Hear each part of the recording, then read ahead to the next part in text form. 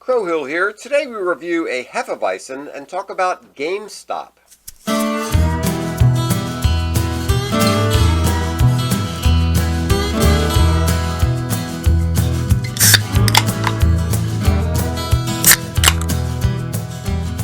Hello and welcome to Beer and Conversation with Pigweed and Crowhill. Good evening, Pigweed. Good evening, Crowhill. What's on your mind today? Red box. Red box, yeah. Yes. You know, that tired old dinosaur people still using. I still use it. What? Yes. Oh, that makes sense. DVDs and whatever. I'm thinking that this red box ain't going to be around long, and I'm going to short sell this puppy. Yeah? Yes. Okay. I think as a clear money maker when this thing tanks. Okay. You're sure you're going to make money on short selling Red box, well, yeah, pretty. That didn't really work well with a couple other cases. Like what? Like with GameStop. Is GameStop still around?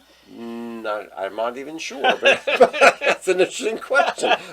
But there was a big hullabaloo. There was a big hullabaloo about GameStop. Yes, that's where I learned many lessons. Yes. About my finances, but let me teach me about. Yeah, so RAR is a brewer on the other side of the bay from us, on the Eastern Shore in Maryland, and they're a good brewery, and they have this Groove City Hefeweizen, unfiltered wheat beer. Yeah. And it's look, 5.2. There's Chessie on the back. back. Look at that! I didn't see that. There's Chessie. There's a Loch Ness Monster-like creature. Yeah. Clearly lives in the Chesapeake Bay. Of course. And it's an unfiltered wheat ale. Now, what do you say, 5.2? Yeah. That's pretty nice. And they often... Well, so what's this? It's got yeasty characteristics. It does. And you know, as I was giving this a sniff, I was thinking, if you're ever curious, like sometimes we refer to estery aromas. Yeah. If you're ever curious, get a Hefeweizen and sniff it. That'll tell you what a estery.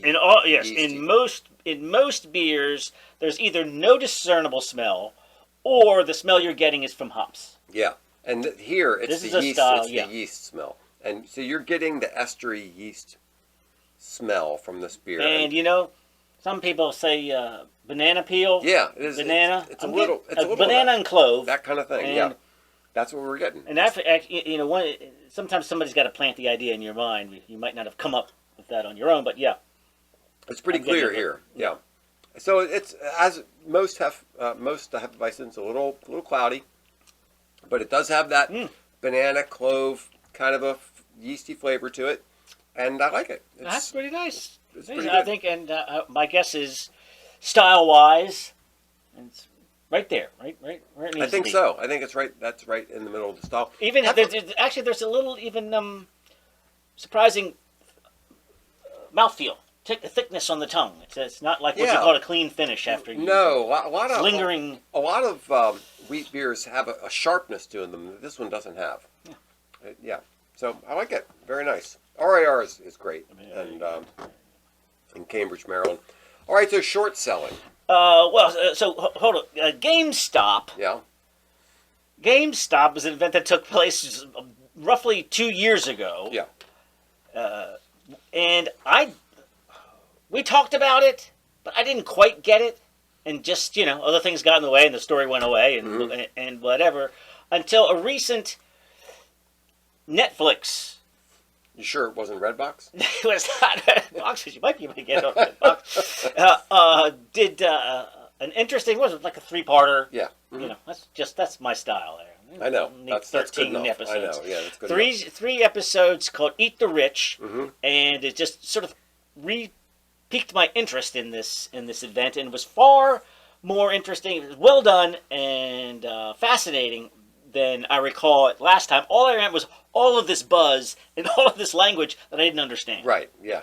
But at the heart of it was what? Short selling. Yeah. Yes. So short selling. Here's the way I try to visualize it. All right. Let's say that snow shovels are selling for $25.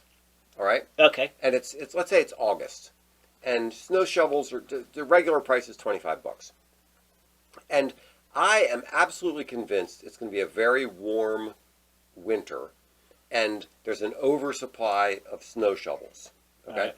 so the price of snow shovels is going to go down. So what I do is I say, we both run a hardware store, and we both have snow shovels. So I go to you and I say, can I borrow 10 of your snow shovels? And I'll pay you. I'll give you 10 short snow shovels in a couple months. Right. Okay. So you say sure for $1 each. So I pay you a So buck. that's your fee? That's your fee. That's a fee that I'm paying. I'm paying you $1 to get these 10 snow shovels. Now I said, what I do is I immediately sell them for $25. Now they're your snow shovels, but I sold them for $25 because I'm convinced that in a couple of months there's going to be such an oversupply of snow shovels I can be able to replace them for $15. Okay, yeah, that's a pretty good. So then I buy 10 of them for $15. I give them back to you to repay my debt. Right. And now I'm up $9 per snow shovel. Right. So the $10 difference plus the dollar. Yeah, that's short selling. That's short selling.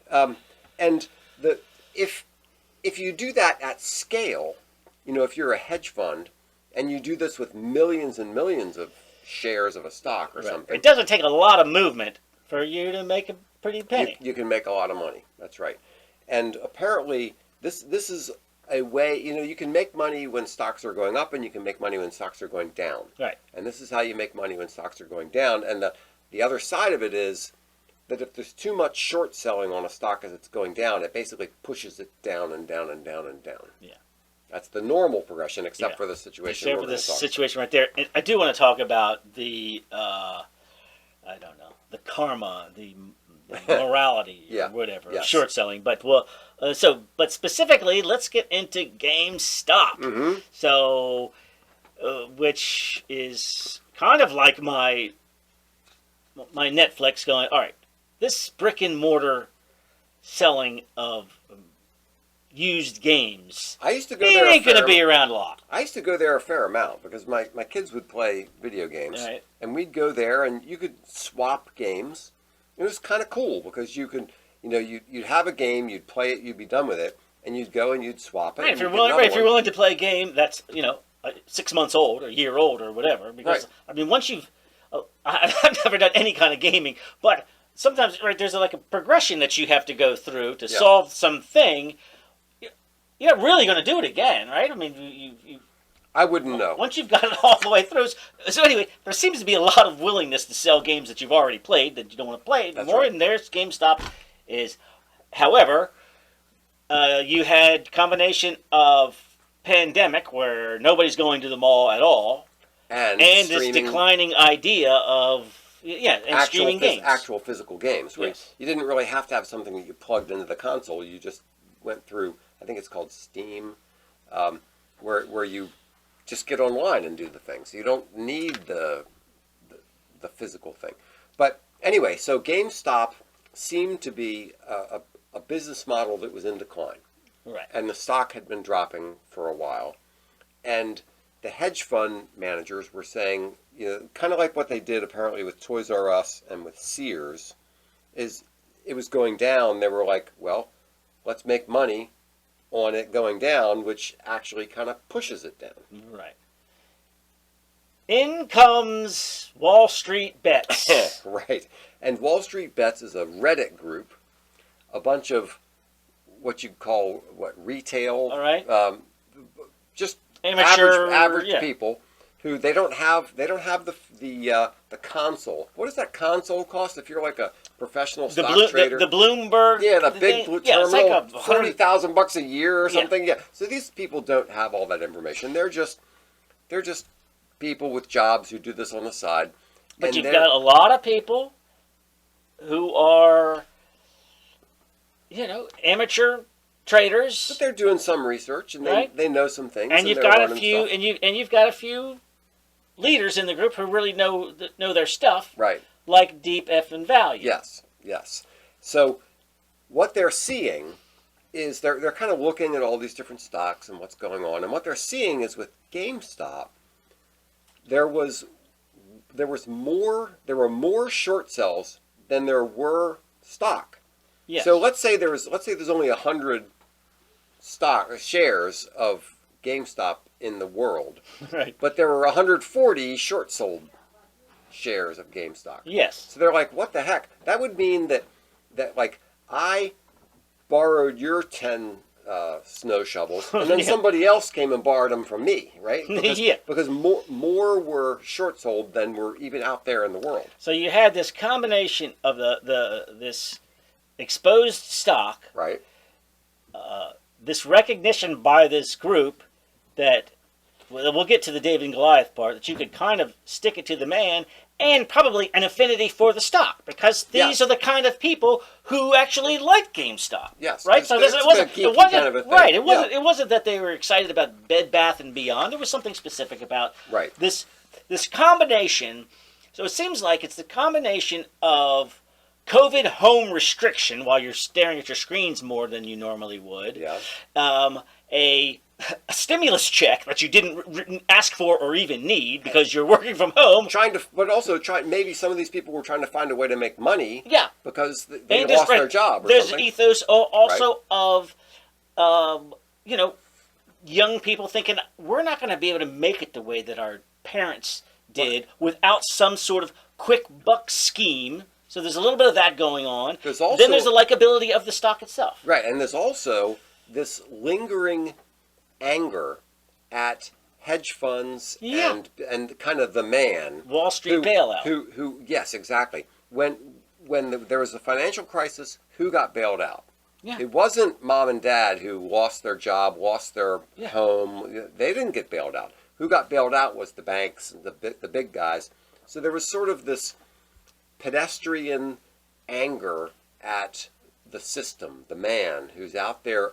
They're always doing everything to support the big guys, but they're not doing anything for the little guys. Right. So they know that these hedge funds are betting on the price going down, and they start collectively buying and encouraging each other, and they come up with memes and icons and hold to the moon. What are some other things?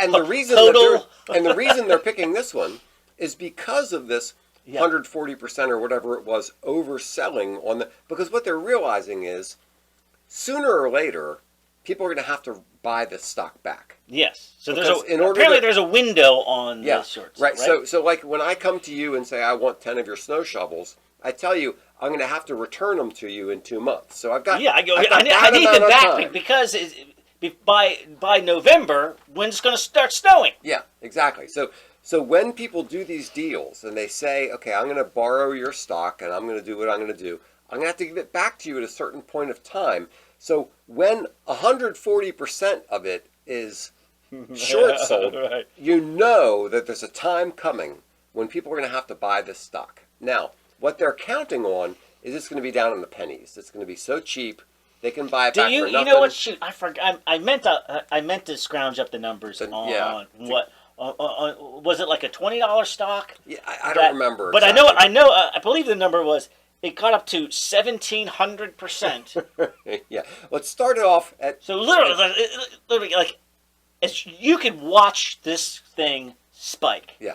Well, it started off at a relatively low number, and it started to go down a little bit. But then people started buying it, and all these retail investors were buying it, and they started pushing it up and up and up and up. Now, and they're encouraged. So in this Reddit group, which grew to tripled to 6 million people... Yeah.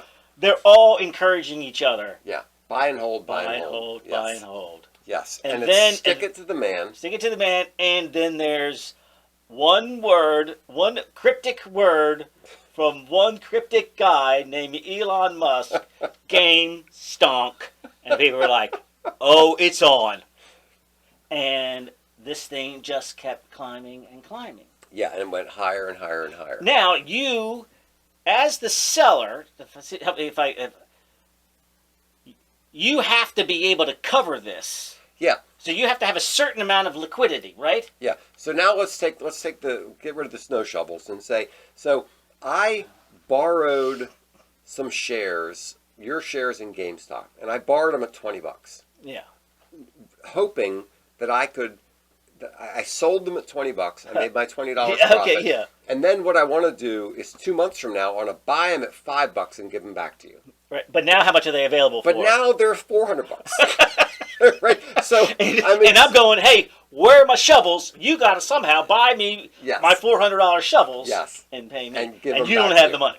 Well, it's not the matter of not having the money. It's just that I'm going to lose my shirt. Right. Because there's. But in this case, the Robinhood didn't have the money to buy those stocks. Let's back up 1 minute. So right. Robinhood is a trading platform that's common among the retail investor types. Because it's almost nothing, right? Yeah. And then let's also, one other thing about short selling is, let's say a stock is at $20 today. Okay? There's a certain amount of money I can make if it drops. If I'm short selling it, it's at $20 today, and I short sell it. If it drops down to 1 penny, then I can make $19.99 less my fees on that. Okay? Okay. But I have almost infinite exposure on the other side. Because if it's $20 now and it goes up and up and up and up and up and it's $1,000, right? Then I'm really in a bad way. Yeah. So there's a danger to short selling, which is if you get caught in this squeeze where the price is going up and you have to, your time is up. You've had the stock for a month. You've got to give it back. Now you have to buy it. You have no alternative. You have to buy it. You have to give it back. You can lose a whole lot of money. You're right. And so there is the joy which comes with making money, but then there is that joy of sticking it to the man. Sticking it to the man. That's right. They're like, you guys, you make the rules to make it work for you, but not for us. And how do you like it now? Right. So we got to do a call out to Hansel and Gretel, our friends Hansel and Gretel, who helped us to understand this whole concept, because I understood it basically, but they understood it a whole lot better and gave us some good explanation. And after watching the show and after reading a few things, I had one perspective on what was going on here, which was that this is the kind of thing that feeds populism. It's a belief that the system is rigged for the big guys and against the little guys. Yeah. And the big guys are saying, we know best, shut up you peasant investors, we're going to do things our way. And everything seemed to be rigged. Like even what Robinhood did, we haven't really explained this yet. And you see that Ted Cruz and AOC both came out against so this was almost like a rare point where the left and the right could agree. Yeah. In this is wrong. All right, what'd they do? Well, so what Robinhood did was when the stock was it was rocketing, absolutely it was rocketing. just going up and up and up and up, and there's all this is fantastic, this is what we're trying to do, we're sticking it to the man. And the hedge funds were sweating because they had to make good on their short calls. And what happened was Robinhood stopped. You weren't allowed to. They removed the buy button. They removed the buy button. You weren't allowed to buy the stock anymore. And what that did was it helped the hedge funds. Obviously. All right, go ahead.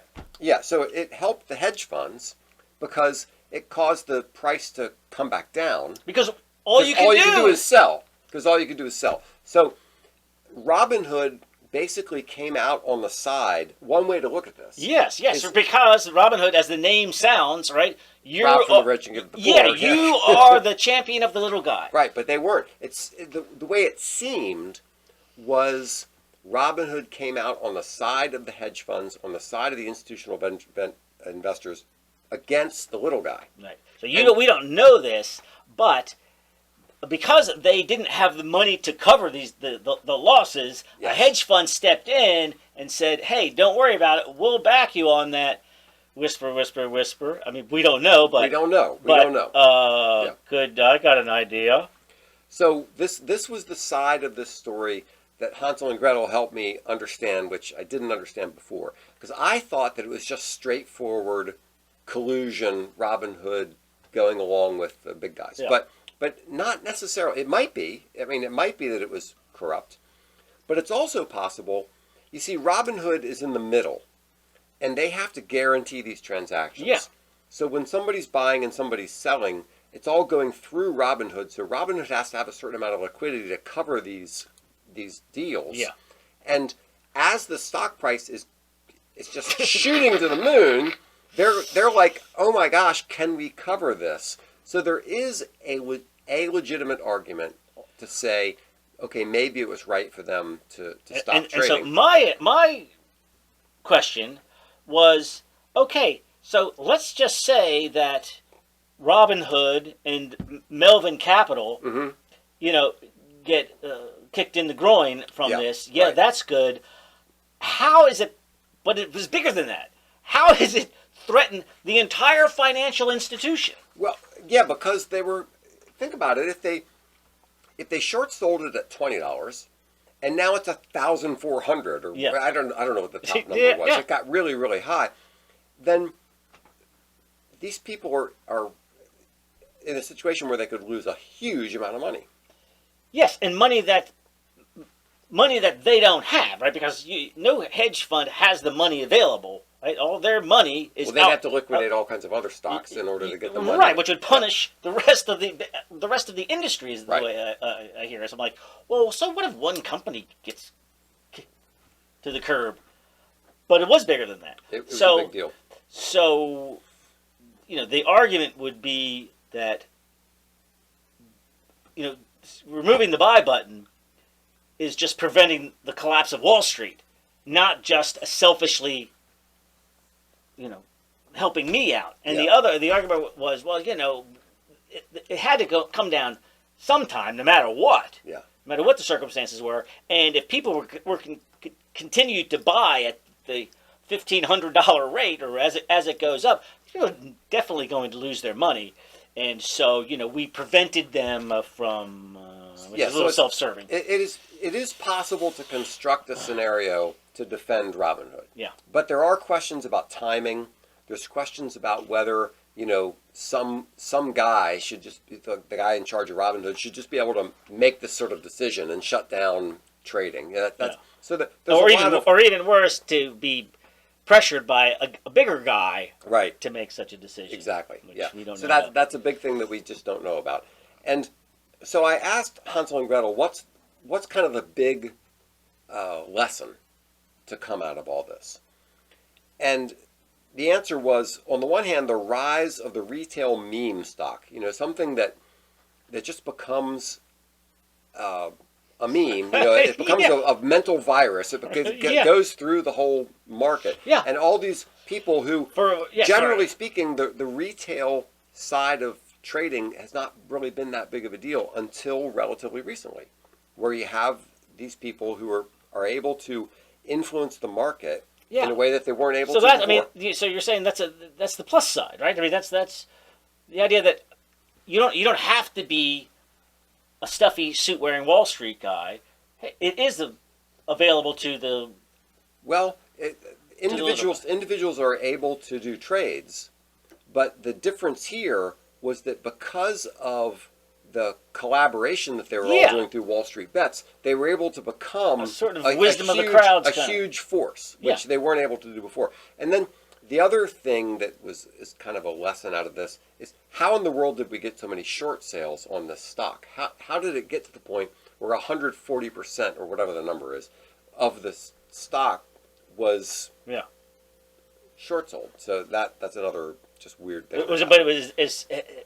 They say they're talking to the bigwigs at the end, who are going, what a fluke it was. You still have to be, a high-paid New York fancy guy to really do. Yeah, this is a fluke. You got lucky, and this will never, ever, ever happen again. Well, we'll see. Right? But did that mean that they put new guardrails in place? Yeah.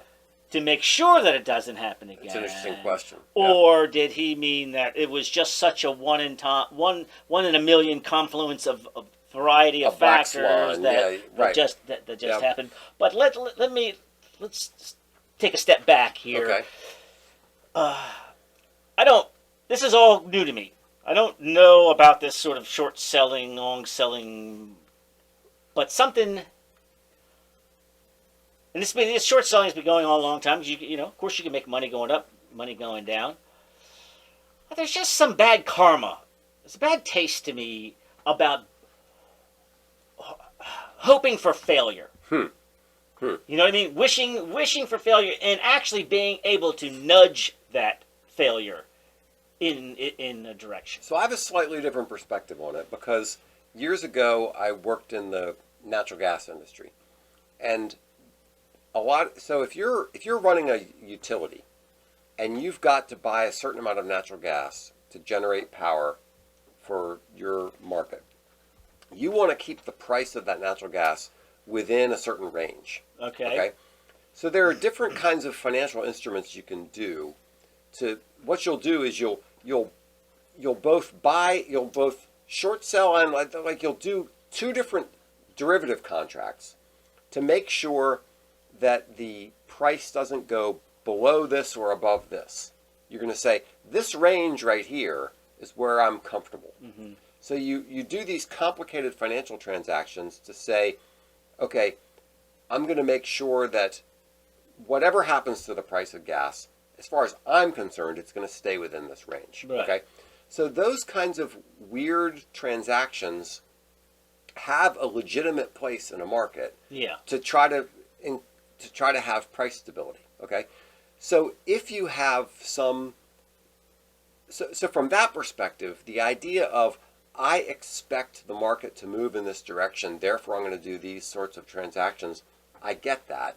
That doesn't seem inherently bad or corrupt to me. I agree. But I think that, choosing Toys R Us or something and going, you know what, I can't wait till this sucker dies because I have bet on it dying, and hopefully by my betting all of this money on dying is going to scare people away, and they're going to go, oh gosh, we better get out of here, and then drive that price down, and now you've destroyed an American icon. Yeah, so you're right. So there's two sides to this. On the one hand, the financial transaction itself is just part of a market, and that's the way things work. On the other hand, there's sort of the trying to push things in a certain direction. And there's also the other bad side of this is, think about who makes money. The hedge fund pushing Toys R Us down makes money. The executives at Toys R Us, they probably have special contracts where they make money whether the company comes along or not. And then the employees are the ones who all get laid off. So once again, it's the little guy getting screwed, and it's the big guys making the money, and that's something that probably ought to be discussed. Do we want that kind of situation? But I mean, my understanding is that George Soros made his money shorting the British pound. Is that right? Which, see, I mean, British pound isn't Toys R Us. Mm-hmm. You're just betting that the pound is worth $2, $2 American dollars, and we're betting that it's soon going to be worth $1.50, based on whatever policies are going on in Britain, and it's running its government poorly, and so I'm going to bet $1 billion. So to me, there's a big difference between kind of betting that it's going to go from $2 to $1.50 and driving it. That's the difference to me. Yeah, it's like if I'm making a bet that Toys R Us is going to go down, that's one thing. But if what I'm doing is causing Toys R Us to go down, that's another thing. That is, and that's worse. But what's less bad, but still bad, is wanting it. just even to sit at home going, that'd be so great if Toys R Us just went right in the dirt. All those people working there, I hope they lose their jobs. That's just all. Instead of taking my kids to Toys R Us, we'll just sit at home and click online. That'd be so much buy better. Everything from Amazon. Yeah, right. Okay, so that's GameStop. That is. But while we had Hansel and Gretel on the phone, there was a more recent sort of financial event, and I don't really pay attention to these things, but both GameStop and FTX rose. It has to rise pretty high in the financial world to get my attention, because I don't pay any attention. Yes, Sam Bankman-Fried and his mop floppy hair and his crappy T-shirts. What a weird dude. And his Just stupid so cargo weird. shorts. Nothing against cargo shorts. I saw some videos of him in interviews, and he's dressed worse than a beach bum. He's dressed like a slob. Yes. Neck's all stretched out of his T-shirt. I know. Can't you even buy a decent T-shirt for heaven's sakes? Put on a polo shirt and a pair of jeans. Is that too dressy for you? I've seen some in my years in publishing and in covering natural gas and oil and those kind of things.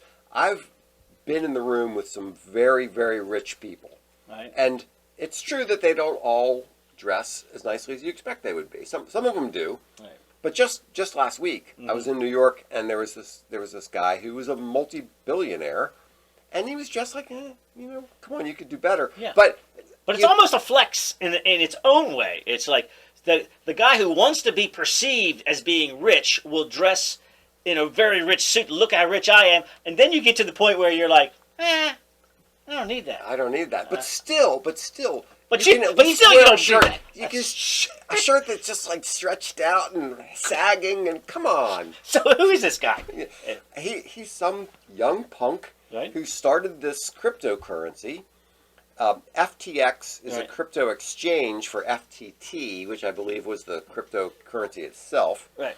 And cryptocurrency is a bit of a mystery to me, but it's basically vaporware. It's like it has value because it has value. Right. It doesn't because other people agree that it has. Yeah. Value. Now Hansel and Gretel were explaining that what's supposed to happen is there should be some other asset as a backstop to the value of the cryptocurrency. And he had there's a second company, which Alameda, which was a research firm, hedge fund. Yeah.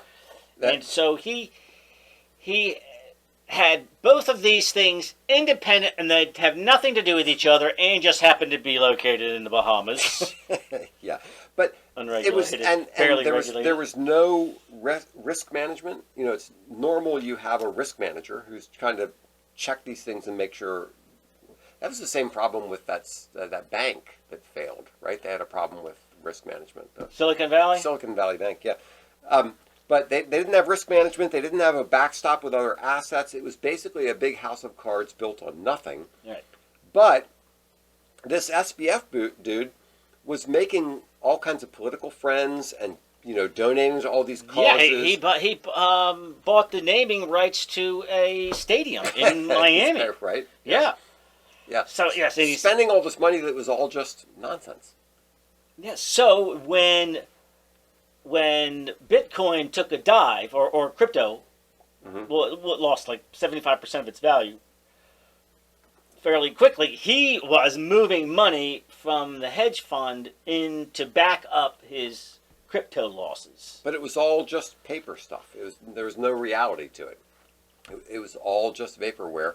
And this is the kind of thing that makes you wonder, like, aren't there supposed to be people watching this stuff? Aren't there supposed to be regulators? Not in the Bahamas. I mean, I think that was the kicker. Which, in that sense, and I asked Gretel, I said, well, isn't there a little bit of buyer beware here? I mean, like you know that he's offshore, not without the regulation, without the safeguards, right? And you're willing to take the, you see the people making money, and you want to get in. It's a little, yes, he's a scumbag, but it is a little bit on you. Yeah. So Hansel and Gretel were saying that nobody's really sure what crypto is. The Treasury Department calls it an asset, but the FCC calls it a commodity. Like what is cryptocurrency? It's just this thing that has value because as long as somebody else agrees that it has value. Yeah. It's kind of spooky. Yeah, I don't own weird any of it. Blockchain. It's just blockchain is genius. It's digital information that cannot be copied. So when you have this piece of digital information, well, it's like NFT, right? Yeah. It's a piece of that. It really is yours. Yeah.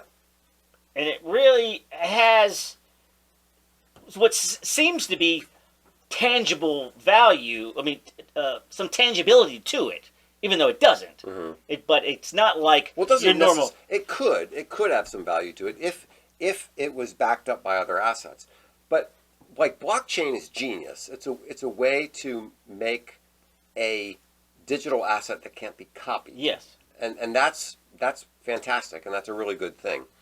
And one thing I like about crypto is that it's not dependent upon the whims of some central bank or that sort of thing. And I kind of like that idea, but that's both its strength and its weakness. Well, you know what it would be its strength for everybody who doesn't want the dollar to be right to be the reserve currency. Like that, yeah. But so I like it as in a libertarian kind of way, but it weakens the dollar, which doesn't help me as an American. Yeah. So yes, exactly. And the thing that is appealing about it is it just kind of makes this idea of it sort of democratizes value. Yeah. It has all these people decide what the value of the thing is because they decide what the value of the thing is, which is okay, fine. You're cut off from the restrictions of a central bank and the political aspirations of different groups of people, but at the same time, you're sort of floating on nothing. What is an FTT? Can I start my own cryptocurrency? Yes, I think so. What about crypto mining? Oh yeah. So there's this funny thing. This funny thing. A lot of people have turned against cryptocurrency because apparently the way you get new cryptocurrency. Yeah. How do you? Right. So if nobody's in charge, if there's no Federal Reserve printing money, where does new crypto come into the system? And I think the beauty of at least of Bitcoin itself is, however, I have no idea how this works. It can be mined, but there is a finite number. Yeah. So there will only ever be 53,000 or whatever. There's some sort of weird thing where if you want to mine cryptocurrency, then you get your computer, yes. you run this program, but massive computing power. Like you could run it on your home computer, but it would take 100 years to to get $1 worth of cryptocurrency. But if you have a bunch of supercomputers, okay, and you're running it on there, then you can mine all this cryptocurrency. So a lot of people are coming out against cryptocurrency precisely because it uses up so much electricity and processing power to do all this mining, that so-called mining. Yeah, so I listened to this couple's dispute that was being disputed, being judged by Judge John Hodgman, podcast judge. Okay. And he had this crypto mine going in their apartment where the utilities were included. Oh, there you go. And the girlfriend's like, all right, come on. I mean, I realize that's the deal, that it's included, but this isn't fair. It's kind of like when you go to the buffet, it's all you can eat, and you're a great big fat guy, and you're eating like a metric ton of food. Yeah, and you're shoveling food in a secret pouch. This isn't really what we had in mind. All right. Anyway, that was and SBF is out on bail, living with his parents. Oh, is he? I don't know what he's I don't know what he's doing with. I don't know how many of his billions that he's allowed to keep. Is he responsible? You think he's going to survive the next month? Like a lot of these people somehow mysteriously disappear. Well, it depends if they have angered the wrong people. Epstein did not kill himself. Epstein did not kill himself. Okay, well, thanks very much, Hansel and Gretel, for helping us out with this topic, and it's a lot of fun. Yeah, it is. Even if I don't understand it.